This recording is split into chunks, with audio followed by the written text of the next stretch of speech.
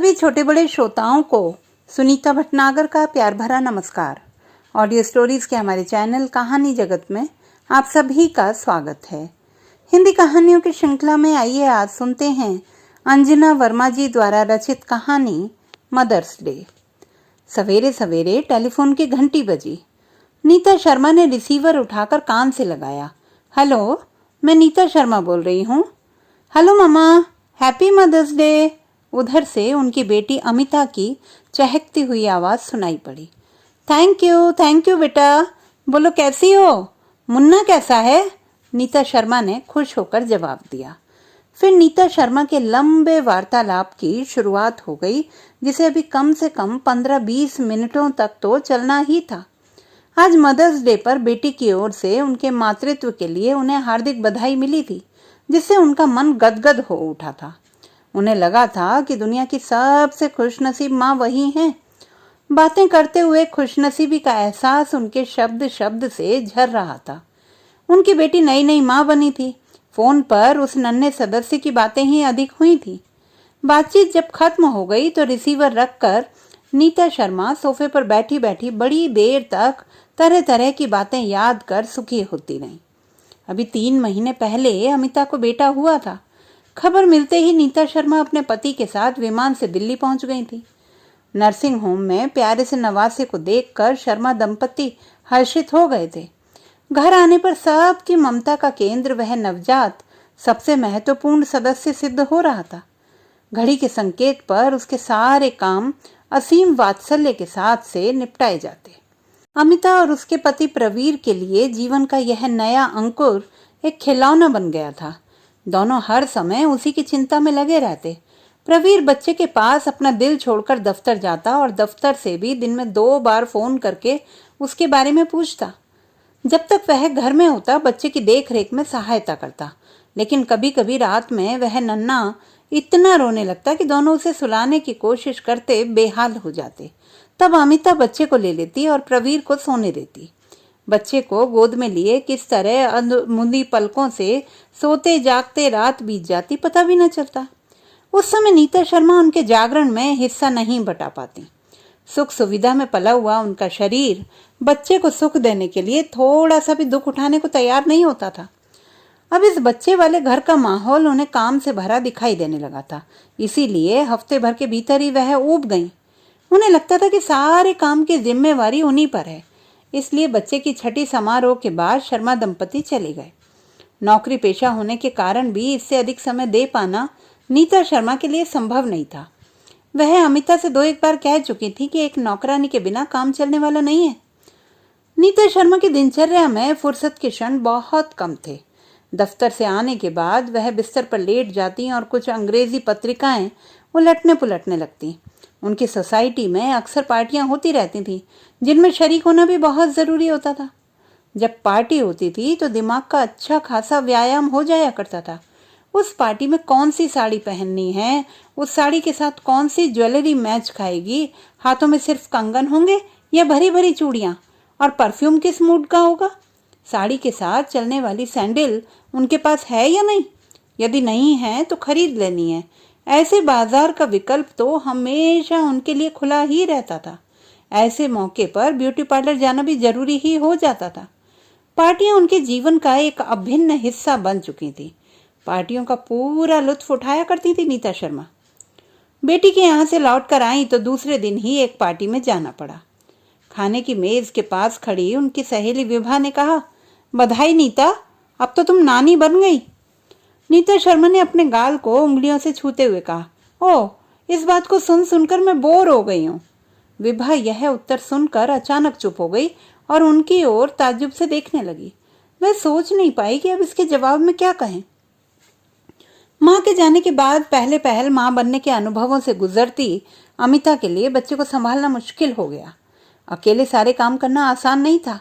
घर में कोई हाथ बटाने वाला भी नहीं था। प्रवीर बहुराष्ट्रीय कंपनी में काम करता था। वह सवेरे निकलता तो रात को आता। 12-14 घंटों तक अमिता इस नन्ही सी जान को पल पल देखती संभालती रहती। कभी बिस्तर पर सुलाती तो कभी गोद में। ऐसे में लगता कि कोई एक और सदस्य होता तो कम से कम बच्चे के पास बैठ तो जाता।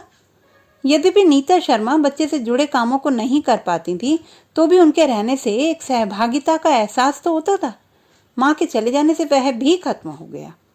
अनुभव नहीं रहने के कारण अमिता के लिए बच्चे की रुलाई के रहस्यों को समझ पाना कठिन था।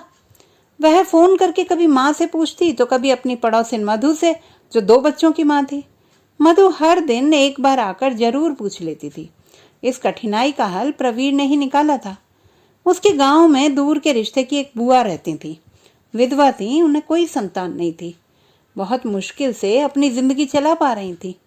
प्रवीर को अचानक उनकी याद आई। उसने उन्हें खबर भिजवाई कि कुछ दिनों के लिए दिल्ली आकर उनके बच्चे को संभाल दें। बुआ ने तुरंत प्रवीर का आमंत्रण स्वीकार कर लिया। खबर मिलने के हफ्ते भर के भीतर ही बुआ जी अपने एक परिचित के साथ दिल्ली पहुंच गई थी। बुआ जी ने जब प्रवीर के घर में प्रवेश किया तो खुशी से उनका चेहरा दमक रहा था। बैठक में बैठते ही सबसे पहले उन्होंने बच्चे को देखने की इच्छा जाहिर की थी। उस समय बच्चा अमिता की गोद में दूसरे कमरे में सो रहा था। बुआ जी वहां जाकर ममता भरी दृष्टि से बच्चे को देखने लगी।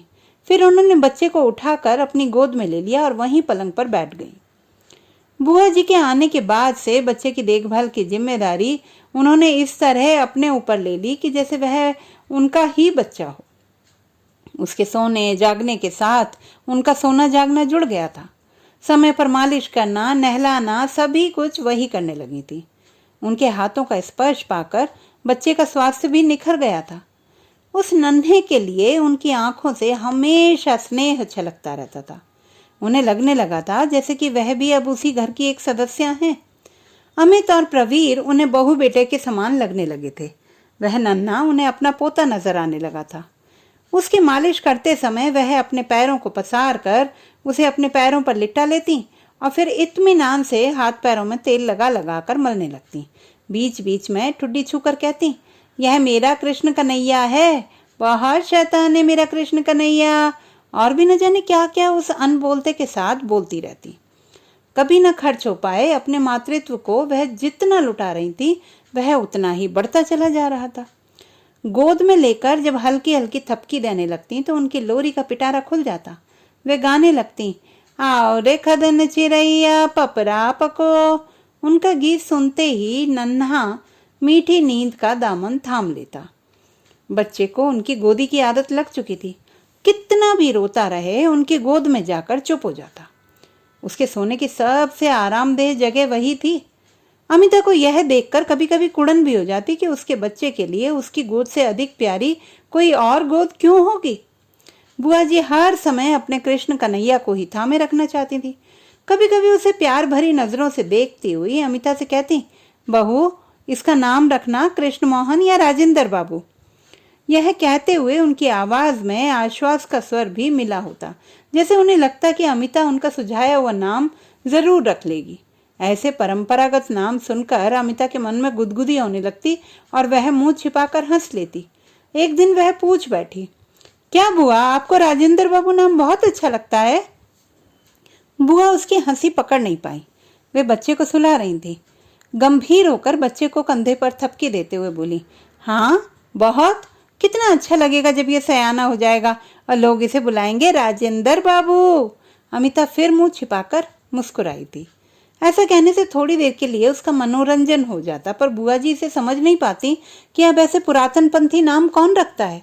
यह कहते कहते उनकी आंखें एक सपने में खो गई थी, उस सपने में जिसे देखने का अधिकार उन्हें नहीं था।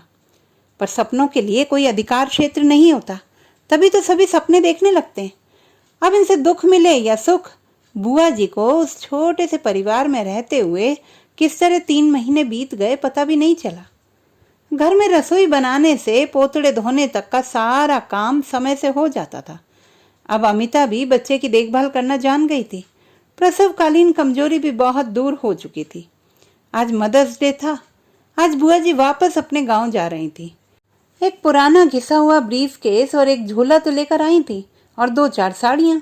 उन्हें समेटने और रखने में कितना समय लगता। एक साड़ी बाहर डोरी पर फैली हुई रह गई थी, जिसे उतार कर वह तहा रही थी तो प्रवीर आया। आते ही उसने पूछा, बुआ जी आपने अपना सारा सामान रख लिया है ना? कहीं कुछ छूट तो नहीं रहा है? बुआ जी ने निष्प्रह भाव से कहा था, नहीं, और छूट भी जाएगा तो क्या होगा? उनकी आवाज में उदासी घुली हुई थी। तैयार होकर बुआ जी ने बच्चे को गोद में उठा लिया और कहा, जाने के पहले कृष्ण कन्हैया को खिला लूं। अब पता नहीं इससे कब भेंट होगी, मुझे ये याद भी रखेगा। उसे गोद में लेकर बुआ जी उसे प्यार से देखती रही, न जाने क्या सोचती रही। फिर आंखों से गिर गई बूंदों को आंचल से पहुंचते हुए उन्होंने बच्चे को वापस अमिता की गोद में दे दिया। अमिता ने बुआ जी के चेहरे को देखा। सुंदर गोरा चेहरा, काले सफेद खिचड़ी बाल, पर आज उनका चेहरा सुबह से बेहद गंभीर और उदास दिखाई दे रहा था। वह मुस्कुराहट जो हमेशा होंठों पर खिली रहती थी, गायब थी। अमिता को इस क्षण बुआ जी के लिए बहुत दुख लग रहा था। शब्दों में वह नहीं कह सकती थी, लेकिन उसकी अंतरात्मा कह रही थी, आप मुन्ने के लिए रात रात भर जागती रही, जबकि मैं सोती रही। यह जानते हुए भी कि मुन्ने को छोड़कर आपको वापस जाना होगा, आप उस पर अपनी ममता उंडेलती रही।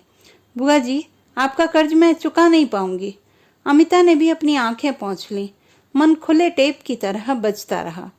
बुआ जी भी बहुत कुछ कहना चाहती थी अमिता से। देखो, मुन्ने पर ध्यान देना, बच्चे के पेट में दर्द हो तो अजवाइन से सेक देना, कोई कड़ी चीज मत खाना, नहीं तो मुन्ने का पेट ऐंठेगा। अंग्रेजी दवाइयां मत खिलाना, ध्यान रखना। अब फिर मुझे कब बुलाओगी? लेकिन कुछ कह नहीं पाई। प्रवीर ने जल्दी से उनका सामान उठाकर कार में रख दिया। बुआ जी बाहर चली गईं। उनके पैर नहीं उठ रहे थे। लगा जैसे किसी डोरी से बंधी हुई हैं वह। किसी तरह अपने को खींचती हुई बाहर निकली और कार में बैठ गईं। अमिता भी उन्हें विदा देने के लिए बाहर निकल आई थी। कार स्टेशन की ओर बढ़ चली। रेल स्टेशन पर लगी हुई थी। बुआ जी घबराई हुई प्लेटफॉर्म की भीड़ में प्रवीर के पीछे पीछे चप्पल घिसटती चल रही थी। प्रवीर ने जब सहायता देकर उन्हें डिब्बे के भीतर अंदर बर्थ पर बैठा दिया तो वह कुछ आश्वस्त हुई और आंचल से अपना मुंह पोंछने लगी। जल्दी जल्दी चलते चलते हांफ गई थी। प्रवीर ने 1 दर्जन केले खरीद कर उनके झोले में डाल दिए। 100 के कुछ नोट उनके हाथों में पकड़ाते हुए कहा था, यह रख लीजिए। बुआ जी के चेहरे पर संकोच और असमंजस के भाव उभरे और मिट गए। उन्होंने पैसे रख लिए। प्रवीर वहीं बर्थ पर बैठ गया। अभी रेल खुलने में कुछ समय बाकी था। बुआ जी को विदा देने की सारी रस्में पूरी हो गई थी। कहीं कोई कसर नहीं रह गई थी। अमिता ने सफर में खाने के लिए पूड़ियां भी बनाकर उनके झोले में रख दी थी। प्रवीर ने कलाई उठाकर घड़ी देखी। गाड़ी खुलने का समय हो चुका था। वह उठ खड़ा हुआ। उसने उनके पैर छू लिए और कहा, अच्छा, अपना ख्याल रखिएगा। कहते हुए वह तेजी से नीचे उतर गया। रेल खिसकने लगी थी। बुआ जी ने बर्थ के नीचे झांक कर देखा। उनका पुराना ब्रीफकेस रखा हुआ था। बगल की खूंटी से उनका कंधे से लटकाने वाला सूती थैला भी झूल रहा था। उनका सामान उनके साथ था, लेकिन उन्हें लग रहा था कि उनका कुछ अमिता के घर में ही छूट गया है। उनकी कोई जमा पूंजी रह गई थी शायद। कभी 1 कौड़ी तो उनके पास रही नहीं। फिर क्या छूट गया था कि कुछ खो देने के गहरे एहसास की पीड़ा उनके कलेजे में समा गई थी। वे बेचैन हो गई थी और आंखों में भर आए आंसुओं को आंचल से पोंछने लगी थी। रेल की रफ्तार तेज होने लगी थी। सड़क, पगडंडियां, झरबेरी के झाड़, कटीले बबूल, टीन टप्पर, पन्नियों की बनी झुग्गियां पीछे भागती चली जा रही थी। तो दोस्तों, ये थी हमारी आज की कहानी। आपको कैसी लगी कमेंट बॉक्स में लिखना ना भूलें। चैनल को सब्सक्राइब करें, लाइक करें और मित्रों के साथ शेयर करें।